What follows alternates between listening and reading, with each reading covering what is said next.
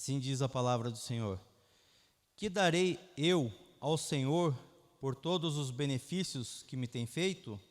Tomarei o cálice da salvação e invocarei o nome do Senhor. Amém? Pai nosso, Pai eterno, Pai celeste, Pai das luzes, Pai de Jesus Cristo, nosso Pai, amado, querido, bendito, nosso Criador e nosso Salvador. Nós bendizemos a Ti, Senhor Deus, e agora nós invocamos o nome do Senhor Jesus Cristo sobre as nossas vidas, sobre a Tua igreja, para que a Tua palavra, vindo do Teu trono de glória, do Teu trono de graça, alcance os corações de uma forma simples, direta, e que edifique o corpo, a alma e o espírito, em nome de Jesus. Amém. Amém? Então, como nós acabamos de ler, que darei eu ao Senhor por todos os benefícios que me tem feito. Esse vai ser o nosso direcionador da mensagem. E eu vou começar eu vou citar aqui 3 momentos da vida do ser humano. 3 momentos que toda a humanidade está nesse trilho. E aí a gente vai ver sobre a questão de, estando nesse trilho, as opções que o homem tem, opções de escolha do famoso livre-arbítrio. Então, o primeiro momento, eu citei como o homem nascido do pecado, e em pecado e vivendo no pecado. Então eu peço que a igreja abra em Romanos, capítulo 5. Romanos 5.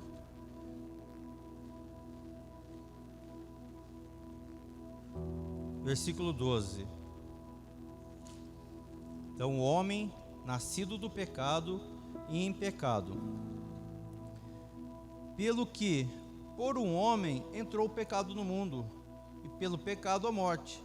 Assim também a morte passou a todos os homens, por isso que todos pecaram. No outro trecho da palavra fala que todos pecaram e estão destituídos da glória de Deus. Então o homem, o ser humano, começou nessa terra, depois do que Adão cometeu a ofensa, o homem entrou em campo já em derrota, já estava perdendo.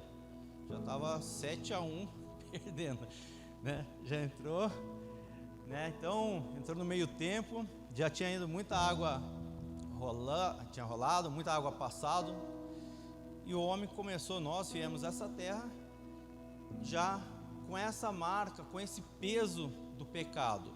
Mas como? Eu não tenho nada a ver com Adão, né? Então, deixa eu levar minha vida aqui dissolutamente da forma que eu quero. Tudo bem, a pessoa está vivendo a vida dela, porém tem esse peso. Ah, mas eu não sei. Aí quem que é o indígena no meio do mato lá, nem sabe que existe pecado. É assim que era a nossa condição. Nós não sabíamos que havia um pecado.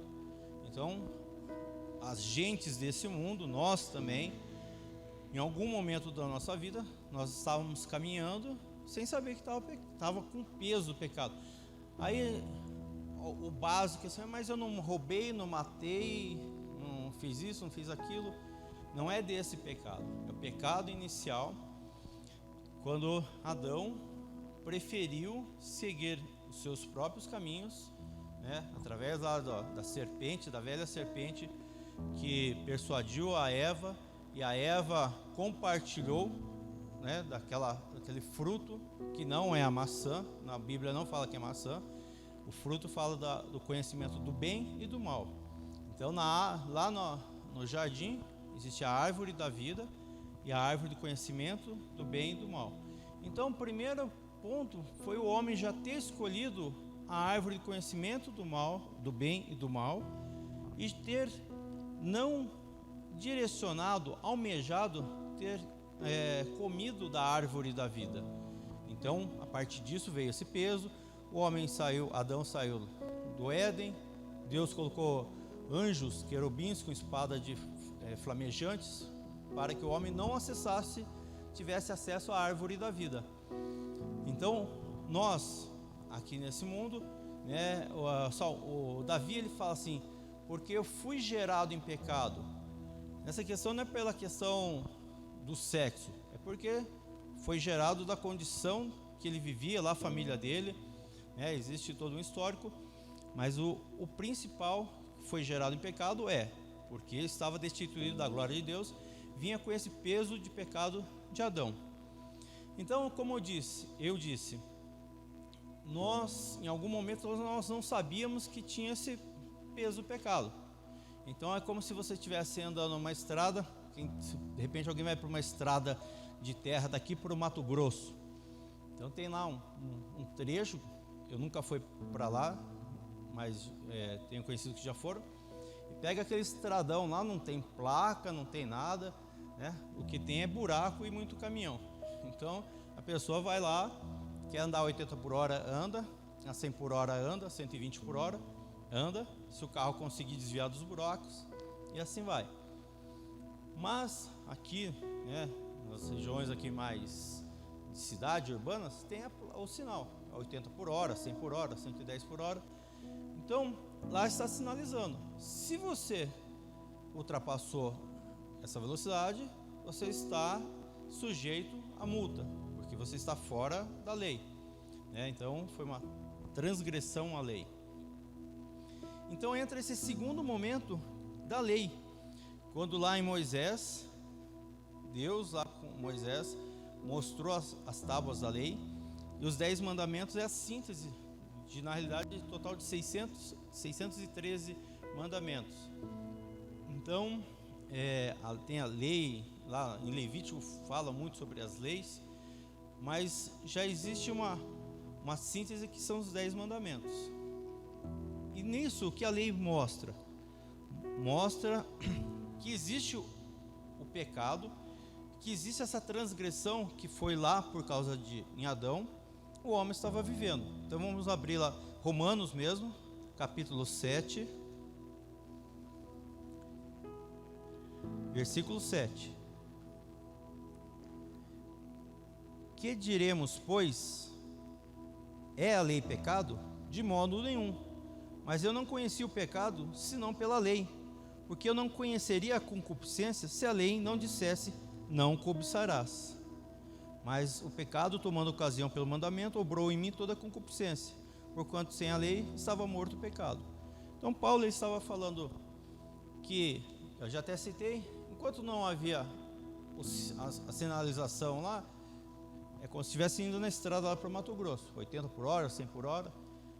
Mas aí fala, não, existe uma placa, né? Se você tiver, até fala assim, a lei, ela não é com a questão de ser punitiva, mas é para ser lei de segurança.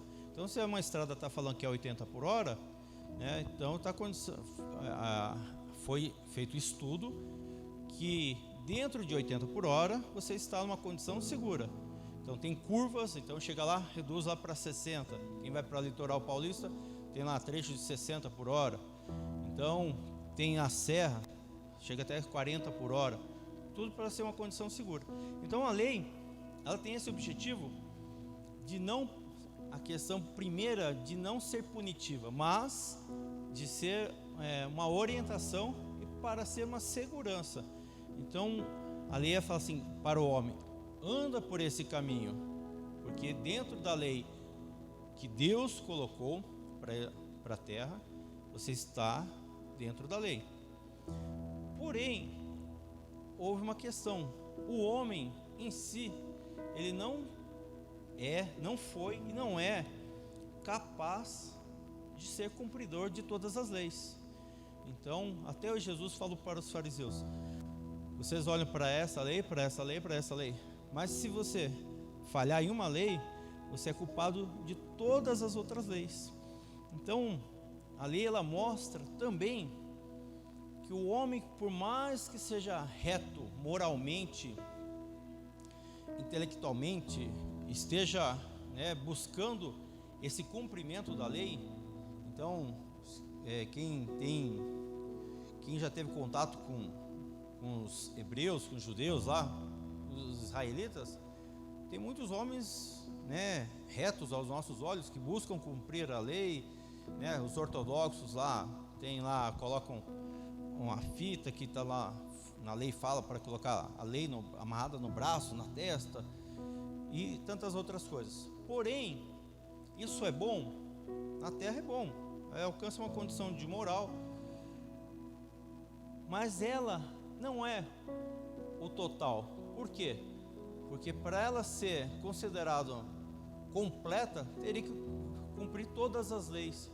E o homem, ele não consegue cumprir na sua humanidade, de condição caída que herdamos de Adão, ele não consegue cumprir essa lei.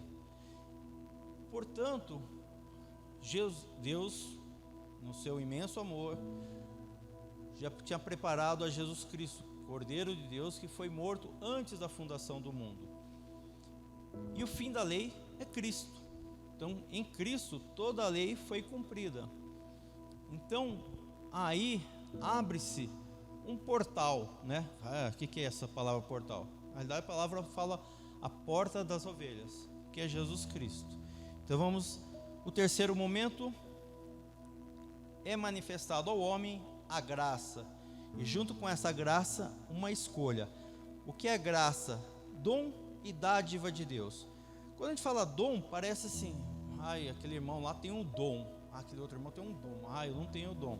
Então parece, ainda tem uma condição que parece que um tem, outro não tem. Mas a dádiva soa no nosso coração e na nossa mente como algo que foi dado a toda criatura, foi dado a toda criatura. E assim é. A graça de Deus, ela é uma dádiva que a humanidade foi presenteado, porque Deus amou o mundo de tal maneira que deu seu único Filho, Jesus Cristo. Então, Romanos 5,17, então a gente está aqui passeando no livro de Romanos. Romanos 5,17, ele fala: porque se pela ofensa de um só a morte reinou por esse, a gente já falou, Adão, muito mais os que recebem a abundância da graça e o dom da justiça reinarão em vida por um só, Jesus Cristo. Pois assim como por uma só ofensa veio o juízo sobre todos os homens para condenação, pois assim como por uma só ofensa veio o juízo sobre todos os homens para condenação, assim também por um só ato de justiça, Jesus Cristo, por um ato de Deus, onde manifestou a justiça, que é Jesus Cristo, e a morte de Jesus Cristo na cruz do Calvário, veio a graça sobre todos os homens para a justificação de vida. Porque como pela desobediência de um só homem, muitos foram feitos pecadores, assim pela obediência de um, que é Jesus Cristo, muitos serão feitos justos. Então, aí começa a graça. E como eu disse, a graça é uma dádiva, é um dom. Ele é disposto a toda a criatura. E aí entra o nosso querer, o nosso livre-arbítrio, de você optar sim ou não. Então chega um presente, já aconteceu isso, lá onde, nos semáforos lá de Campinas, a gente está com comida, acabou de fazer a compra lá, tem alguma coisa, leite, pão, e tem alguém pedindo no semáforo dinheiro. E aí, antigamente falava assim, tem um leite aqui, né? Até minha esposa, uma vez, a pessoa até xingou que não queria leite, porque queria dinheiro. Então hoje, se alguém está pedindo uma coisa, fala assim: eu tenho pão, se eu te der pão, você vai querer? Vou. Você vai comer? Vai te ajudar? Vou. Então aqui está o pão. Se a pessoa não quiser, eu nem vou dar, né? Eu como. Então a dádiva, que é Cristo, e junto com Cristo, né? Quando a gente pensa em Cristo, nós precisamos saber que Cristo é a justiça de Deus. E a justiça, isso aí já foi ensinado aqui, e eu já falei também. A justiça, o que é a justiça? É o retorno a quem é devido, né? Então, por exemplo, a pessoa entra lá com advogado de uma herança de terras. Por quê? Porque o pai deu a herança da pessoa, então é de direito. Então, ficou alguma coisa em aberto lá, a pessoa ainda não está com aquilo em posse, entra com o advogado, entra na parte de justiça, né, das leis dos homens, para que se cumpra a justiça, que é esse retorno a quem lhe é devido. Então a humanidade, Cristo, quando ele veio, ele pagou com o seu sangue imaculado esse valor, esse preço de nos comprar a humanidade pela lei de Deus, porque sem sangue não haveria remissão de pecados. Sem sangue não há remissão de pecados. Então foi pago um alto preço. Jesus Cristo, ele se doou. Quando foi lançado aquele filme Paixão de Cristo, aí lançaram as perguntas, foram os judeus, o que aconteceu, quem que matou Jesus? Cristo se doou, Deus o Pai deu Jesus Cristo, e Cristo, na condição de livre-arbítrio também, ele optou, quando estava lá no monte, orando ao Senhor, e chegou a suar sangue, ele fala: Senhor, que não faça a minha vontade, mas seja feita a tua vontade. Então Cristo fez a opção também, ele fez uma escolha. Ele, na condição de sendo 100% Deus, sendo 100% homem, ele, naquilo que competia a ele poder escolher, ele escolheu que a vontade do Senhor fosse feita através da vida dele, na vida dele e através da vida dele. Romanos 8:13. Aí nessa escolha nossa, nessa opção, nós, com uma inteligência espiritual,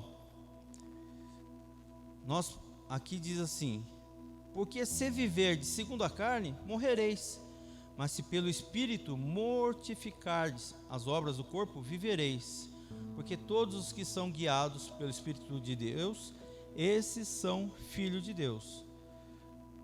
Então se nós vivermos segundo a carne, aqui a minha própria vontade, o que eu acho, o que eu entendo do que é o mundo e como deve ser o mundo e como eu devo andar, na realidade já estávamos mortos. Eu citei aqui o primeiro item: o homem nascido do pecado, vivendo em pecado, e o salário do pecado é a morte. E aí, o segundo momento, a lei mostrou: você está pecado, precisa tomar uma atitude. E o terceiro, a graça, que é a opção de atentar para a tão grande salvação que é em Cristo. Então, se eu ficar vivendo segundo a carne, o que é a carne? Meus pensamentos, meus sentimentos, daquilo que é humano, condição humana de viver nessa terra e achar que por aqui é o suficiente. Vai morrer, na realidade já está morto. Mas se pelo Espírito mortificardes as obras do corpo, o que é? Você vivereis.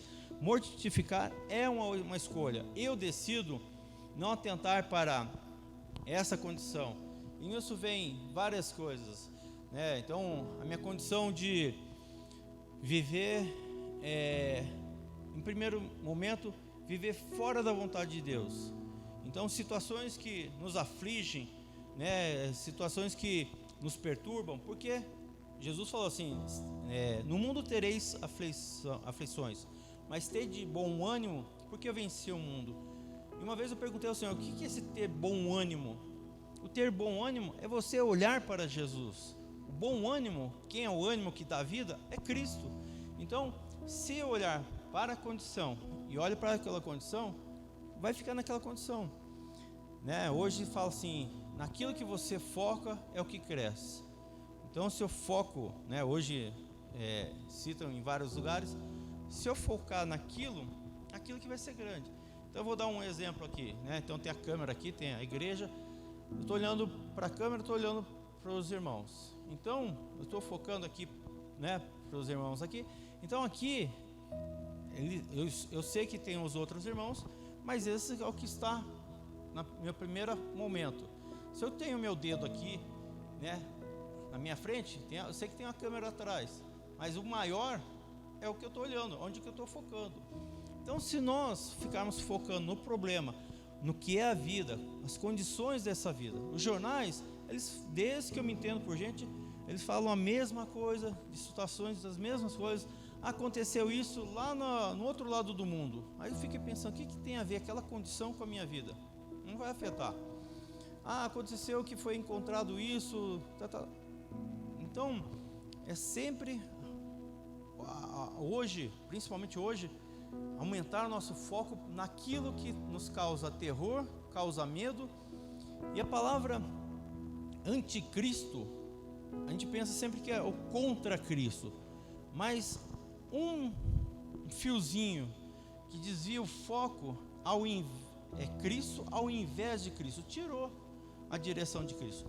Então nós precisamos atentar para a tão grande salvação, olhar para Cristo, olhar para a palavra, aquilo que Deus e aquilo que o Senhor propôs para as nossas vidas, desde que Cristo se entregou na cruz do Calvário há 2000 anos atrás, e que perpetuou até o dia de hoje e perpetuará até a consumação dos séculos. Amém?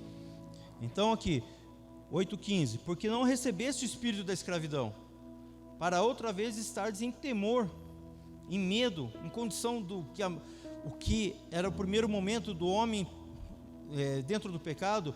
Depois, no segundo momento, que a lei vem sinalizar que você está em pecado, está te acusando, mostrando que você não consegue resolver. Não é para estar mais nessa condição de temor, mas vós recebeste o espírito de adoção de filhos, pelo qual nós temos a liberdade de clamarmos, de declararmos: Abba, Pai. Então nós não estamos mais nessa condição, não estamos mais numa condição a palavra é pesada, mas é o que é literalmente, não estamos mais na condição de sermos desgraçados, que é estar fora da graça. Nós somos agora agraciados. Nós fomos inseridos numa aliança bendita de uma relação do Pai com o Filho Jesus Cristo, uma aliança de sangue, onde o homem não podia cumprir. Na lei o homem tinha que cumprir, o homem que tinha que trazer o sacrifício, matar o bezerro, o homem tinha que fazer, o homem tinha que cumprir, o homem que tinha que fazer, o homem. E aí qual que é? Foi passado a risca, né? Vamos ver o resultado dessa equação: homem devedor, homem pecador, homem morto. Porém, na equação de Deus, onde Deus começou já a liberar mais um, liberou seu filho, Jesus morreu, Jesus derramou seu sangue, abriu, o véu foi rasgado de alto a baixo. Foi nos concedido a graça de sermos sacerdotes, de estarmos na presença do Pai. Equação, passou a reta. Qual é a equação? Vida e vida em abundância. Então em Cristo nós somos agraciados, nós somos benditos, nós somos amados, nós somos recebidos. Então o mesmo Espírito testifica no nosso espírito que nós somos filhos de Deus.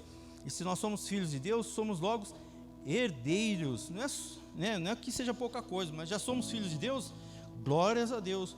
Porém, acrescentando a essa porção bendita de sermos filhos, nós somos logo herdeiros, também herdeiros de Deus e cordeiros de Cristo. Se é certo que com Ele já padecemos, onde nós optamos em não viver segundo a carne, nos nossos conhecimentos, né? Com Ele nós já padecemos, para que com Ele também sejamos glorificados. Romanos 7,6. Romanos 7,6. Isso. Mas agora estamos livres da lei, pois morremos para aquilo que estávamos retidos, para que sirvamos em novidade de espírito e não na velhice da letra. Então, você tem. Eu vivo falando sobre o que nós aprendemos aqui.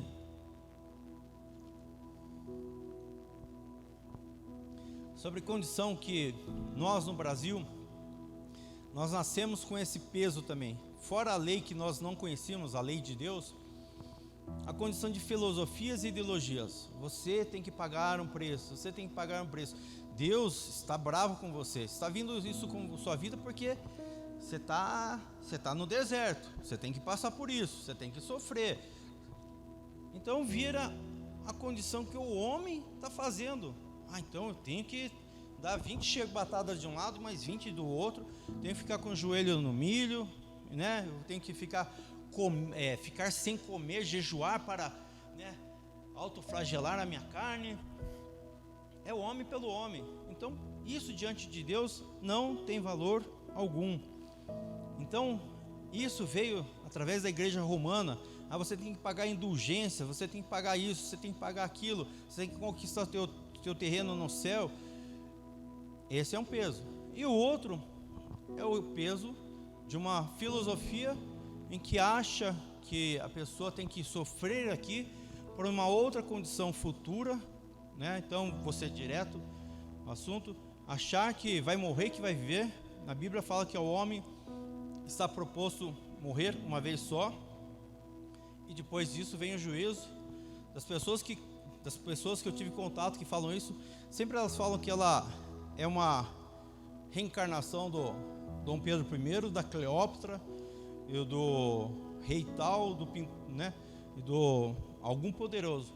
Eu nunca vi a reencarnação do Zezinho Pintor, do Joaquinzinho Marceneiro, do Otavinho Frentista do Posto. Nunca vi a reencarnação disso. Então, essa é uma condição, né, quem está nos vendo que crê nisso, né, não é a questão de afetar a tua fé, mas dizer que existe um caminho, Jesus Cristo, que é a verdade e a vida. Então, na Bíblia, né, segundo Jesus Cristo, não segundo nenhum outro homem e nenhum outro filósofo, fala para nós nos entregarmos, entrarmos nessa aliança, e não o homem pelo homem, fazer alguma coisa, o que eu for fazer, que eu vou pagar, que na outra vida vai ter um alívio para o meu lado. Esquece isso aí, eu já passei por isso, e eu sei que é enganação. Como dizia meu pai, é papo furado. A quem crê nisso, me perdoa, mas tem horas que nós precisamos falar alguma coisa, largar essa questão de ser politicamente correto e atentarmos para a obra que é vida nas nossas vidas.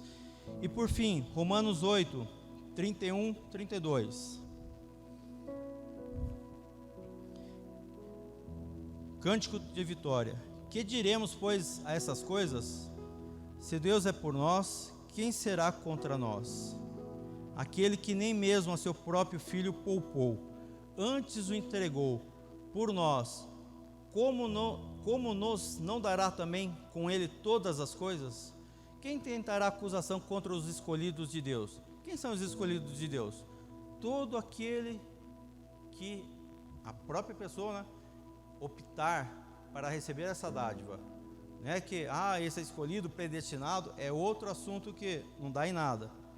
É todo aquele que aceitou a Cristo. Quem tentará acusação contra os escolhidos de Deus? É Deus quem os justifica. Quem os condenará? Pois é Cristo quem morreu, ou antes, quem ressuscitou dentre os mortos, o qual está à direita de Deus e também intercede por nós. Quem nos separará do amor de Cristo? Tribulação, angústia, perseguição, fome, nudez, perigo, espada, covid e etc. Como está escrito, por amor de ti somos entregues à morte todo dia. Já fomos mortos em Cristo. Fomos reputados como ovelhas para o matadouro. Mas em todas essas coisas nós somos mais do que vencedores, por aquele que nos amou. Porque estou certo de que nem a morte, nem a vida, nem os anjos, nem os principados, nem as potestades, nem o presente, nem o porvir, nem a altura, nem a profundidade, nem alguma outra criatura nos poderá separar do amor de Deus que está em Cristo Jesus nosso Senhor. Amém? Glória a Deus. Por que isso? Porque não é obra do homem, é obra de Deus, é obra de Jesus Cristo. Em Hebreus 4, vou citar.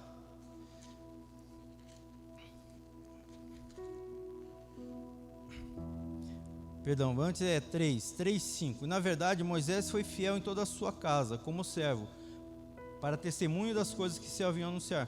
Mas Cristo, como filho, sobre a sua própria casa, a qual casa somos nós, se tão somente conservarmos firme a confiança e a glória da esperança até o fim. Portanto, como diz o Espírito Santo, se ouvirdes hoje a sua voz, não endureçais os vossos corações, como na provocação no dia da tentação no deserto. Então aqui fala sobre Cristo, que foi posto sobre a sua própria casa, que somos nós. Aí sim, Hebreus 4:11, procuremos, pois, entrar naquele repouso, para que ninguém caia no mesmo exemplo de desobediência. Qual é a desobediência? Desobedecer de olhar para a árvore da vida né? Desobedecer, de cair da graça. O que é cair da graça? É olhar para aquilo que o homem, para a lei, para o homem pelo homem, o homem sendo autossuficiente para alcançar alguma coisa em Cristo. Então, procuremos, pois, entrar naquele repouso. O repouso é Jesus Cristo, Ele é o Senhor do sábado, Ele é o nosso descanso. Quando Deus, ao sétimo dia, descansou, Deus não se cansa, não se fadiga, né? Ele está num nível espiritual, o reino espiritual não tem essa questão de cansaço. Como que Deus descansou? Descansar é confiar. Salmo 37 diz: confiar, entregar e descansar. Tudo isso está no mesmo pacote. Confiou e entregou, descansou a Jesus Cristo. Toda a obra que o Pai fez foi para Jesus Cristo, para que o reino de Cristo fosse estabelecido nessa terra. Amém? E Hebreus 4, versículo 16: cheguemos, pois, com confiança ao trono da graça, para que possamos alcançar misericórdia e achar graça, a fim de sermos ajudados em tempo oportuno. Então, o cuidado aqui, né, nesse versículo, é justamente isso. Ai, Senhor, misericórdia, misericórdia. Esse alcançar essa misericórdia e achar graça é justamente quando a vontade de Deus ela é manifestada nas nossas vidas. E isso já foi proposto naquilo que Deus tem para as nossas vidas, escrito no livro lá nos céus. Então nós precisamos buscar os propósitos de Deus para as nossas vidas. No tempo oportuno, todas as coisas têm um tempo para acontecer, mas nós temos que estar com o nosso foco naquilo que Deus é e aquilo que Jesus Cristo é. É o galardoador daqueles que o buscam. Amém? E por fim, para encerrar, Salmo 116, conforme havia combinado. Então, diante de tudo isso, então não preciso fazer nada, é só eu cruzar os braços e está tudo certo, né? O meu time eu entrei no meio do tempo, estava 7-1 para o adversário, só que eu nem preciso jogar? Não, eu preciso jogar. Então, como que eu tenho que jogar? Qual que é a minha atitude? Eu já até citei aqui em Hebreus, né? A nossa atitude é descansar no Senhor, é receber aquilo que o Pai já nos fez e aquilo que Jesus Cristo já nos concedeu. Então, que darei eu ao Senhor por todos os benefícios que me tem feito? Tomarei o cálice da salvação e invocarei o nome do Senhor. Era proposto para a humanidade 2 cálices: o cálice da ira de Deus e o cálice da salvação. Quem tomou o cálice da ira de Deus foi Jesus Cristo. Então toda a ira que estava proposta e está proposta para a humanidade por causa do pecado de Adão, da ofensa de Adão, da ira de Deus, para ser despejada, ela foi lançada sobre Cristo. E Cristo na cruz do Calvário, né, cita no Evangelho, aprendi isso, então eu estou compartilhando, não estou sendo papagaio, mas compartilhando. Cristo, em todo o Evangelho, ele fala: Pai, eu faço as obras do Pai. Senhor, ensina os discípulos disse para Jesus: ensina-nos a orar. E ele falou assim: Pai nosso. Eu faço as obras do Pai. Por que o Pai? Por que o Pai?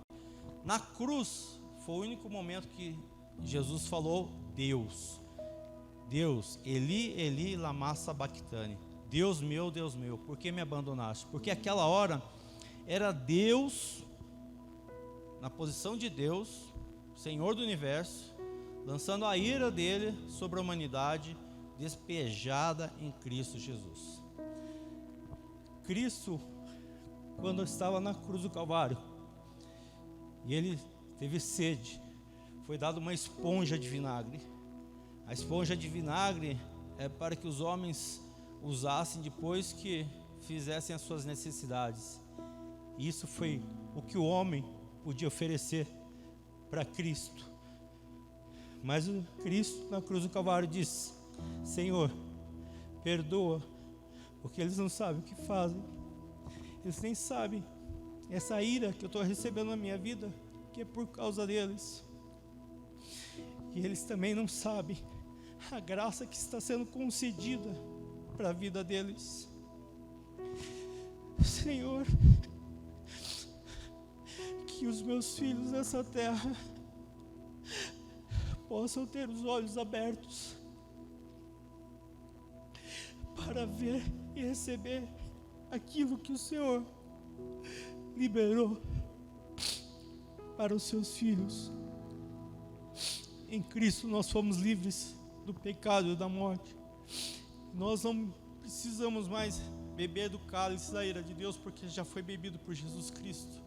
E hoje é proposto a nós, nos é servido a mesa com o pão vivo que desce do céu e o suco que representa o sangue de Jesus, a carne de Cristo que foi partida por nós, para que nós tivéssemos vida e vida em abundância, e o sangue de Jesus para a remissão dos nossos pecados. Hoje é proposto a cada um de nós, aqueles que ainda não confessaram a Cristo como Senhor da sua vida, declarar: eu creio no meu coração e por isso eu confesso que Jesus Cristo é o Filho de Deus e é o Senhor da vida. E eu quero, pela graça do Senhor, entrar nessa aliança bendita e viver as maravilhas do Senhor na terra dos viventes, sendo obediente à tua palavra, andando em comunhão com a igreja, comendo do pão, bebendo do suco, do vinho, do sangue de Jesus Cristo e vivendo para a eternidade. Então, que darei eu, Senhor? Simples, o Senhor propôs, nos é proposta a salvação. O Senhor nos preparou a mesa. Que darei eu ao Senhor por todos os benefícios que me tem feito? Tomarei o cálice da salvação e invocarei o nome do Senhor. Senhor, nós invocamos o nome do Senhor Jesus Cristo sobre as nossas vidas. Nós declaramos: bendito és, amado da nossa alma, bendito Deus, a tua obra perfeita na cruz do Calvário, que nos foi concedida.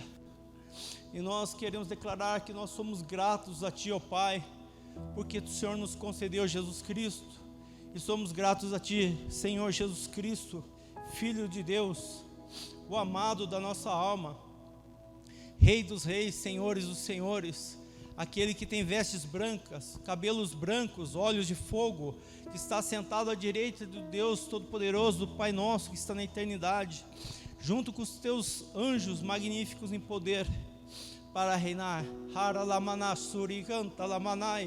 Venha o teu reino, Senhor Deus, sobre essa terra. Seja estabelecido o reino de Deus nessa terra, nas nossas vidas, nas nossas famílias, nas nossas cidades, no nosso trabalho. Senhor Deus, em nome de Jesus, nós somos sal dessa terra e luz do mundo. Assim nós declaramos: haja luz aonde nós estivermos, Senhor Deus, sobre esse país, de norte a sul, leste a oeste, sobre terra, sobre céus, sobre águas. Senhor Deus, Senhor Deus, esse povo chamado Brasil, Senhor Deus, dobre seus joelhos e confesse que Jesus Cristo é o Senhor, para a glória de Deus Pai. Assim, Senhor Deus, eu quero clamar a Tua bênção, Senhor Deus, sobre cada família, Senhor Deus. Ó Senhor, o maior é o Senhor, maior é Tu, ó Pai. O Senhor, o nome do Senhor é sobre todos os nomes. Senhor Deus, não há doença, não há enfermidade, não há ferrolhos, Senhor Deus, nem portas do inferno para prevalecer, Senhor Deus, contra a Tua igreja. É a Tua igreja que avança e conquista, Senhor Deus, almas, vidas, Senhor Deus, e estabelece territórios para o reino de Deus. Assim, Senhor Deus, cada vida, Senhor Deus, que nos ouve, Senhor Deus, seja abençoada, transformada, atentando para a tão grande salvação que é em Jesus Cristo. E a cada dia, coma desse pão e beba desse vinho, para a glória de Deus Pai, em nome de Jesus. Amém. Amém. Os irmãos sejam abençoados. Presbítero.